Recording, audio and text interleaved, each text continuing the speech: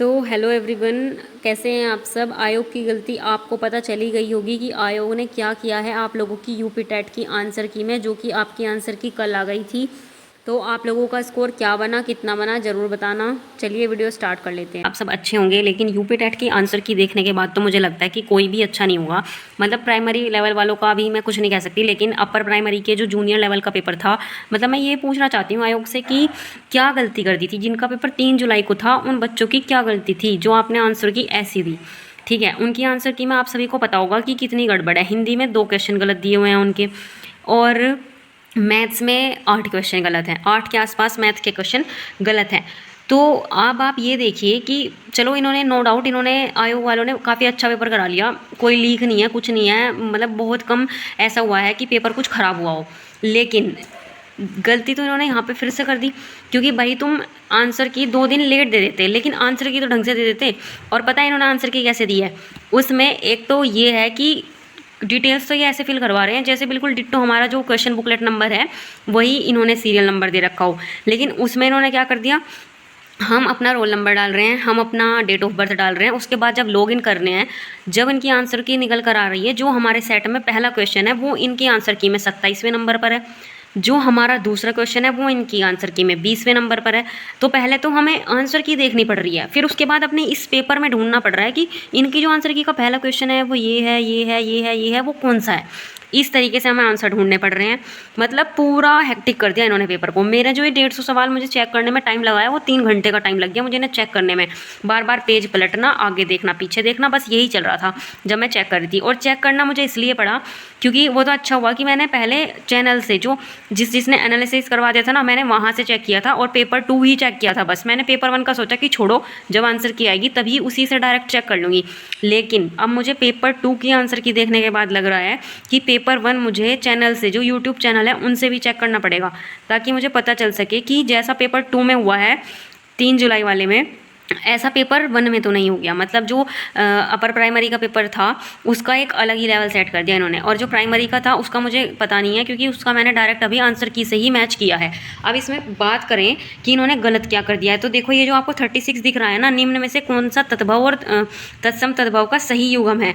जो आयोग ने आंसर माना है वो माना है ये माता और माँ वाला, जबकि माता में मात्र होना था यहाँ पे। अब ये तब जाके सही होता, क्योंकि ये जो माता है ना, ये तत्सम नहीं है। ठीक है, इसका जो सही था वो अग्नि और आग था। आयोग वाले पता नहीं किस नशे में हैं, इन्होंने ए सही बता दिया। चलो, ये तो इस पे तो ऑब्जेक्शन डलना ही है। फिर इनका एक और इसमें इन्होंने गलत बताया है, हाँ ये वाला। फिर इन्होंने गलत बताया है एक आंख से देखना, इस वाले में इन्होंने बता दिया अंधाधुंध करना, मतलब ऑप्शन ए।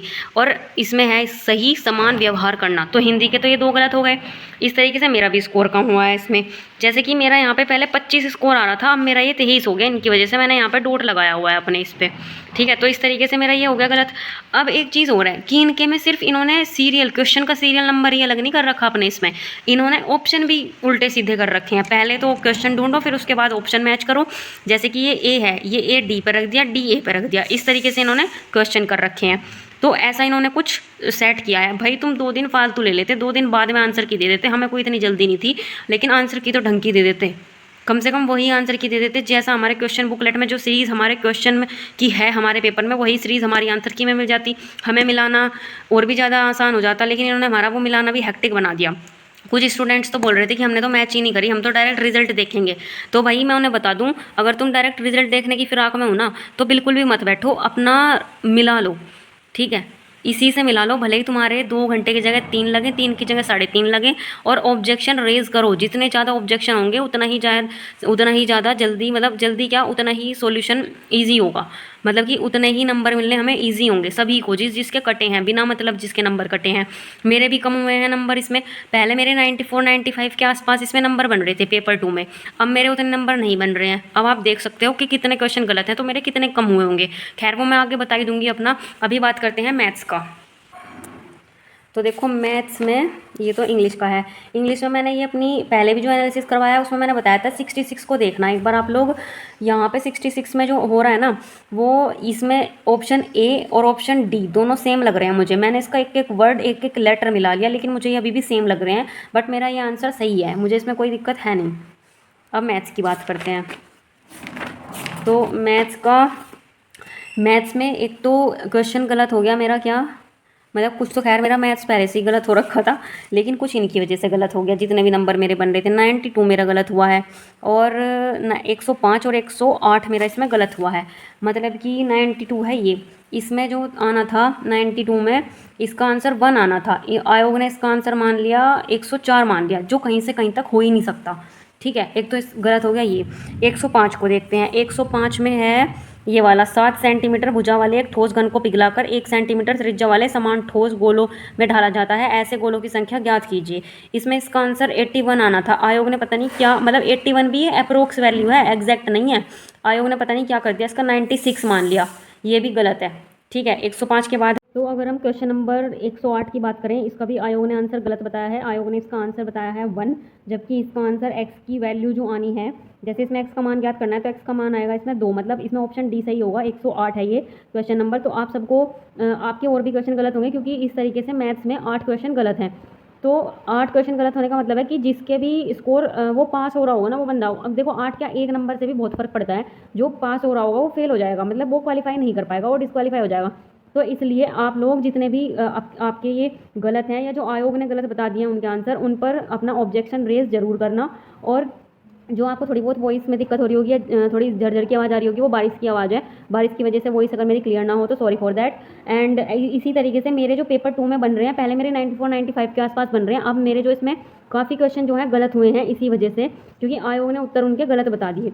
तो इसमें मेरे कम से कम गलत हुए हैं 8। 94 माइनस 8 अगर आप करोगे तो 86 बैठते हैं, उसमें प्लस मेरा 1 हुआ है, क्योंकि मैंने एक जो 103 का आंसर है ना, यहीं पे होगा देखो, मैंने ये गलत मैच कर लिया था, लेकिन इसका 110 है और मैंने लगा भी यही रखा है, लेकिन चेक करते टाइम मेरा ये गलत हो गया था, तो मेरा अब ये सही हो गया। इस तरीके से मेरे 87 या 88 के आसपास बन रहे हैं, मतलब 87 88 बन रहे हैं।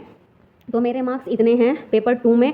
बाकी मुझे इतनी उम्मीद ज़रूर है कि मेरे 90 प्लस जरूर जाएंगे मार्क्स, क्योंकि जब ऑब्जेक्शन रेज करेंगे, क्योंकि मेरे वो जो आंसर थे वो सही है। ठीक है, ऐसे गलत नहीं है जितने ही आयोग ने गलत माने, और मेरे ये गलत हुए ना 8, ये 8 के 8 मेरे वापस आएंगे। तो मुझे लगता है मेरा जो स्कोर बनेगा वो 90 प्लस बनेगा। इतनी मुझे उम्मीद है कि मेरा 90 प्लस स्कोर बनेगा। आप सबका कितना स्कोर बन रहा है कमेंट सेक्शन में जरूर बताना।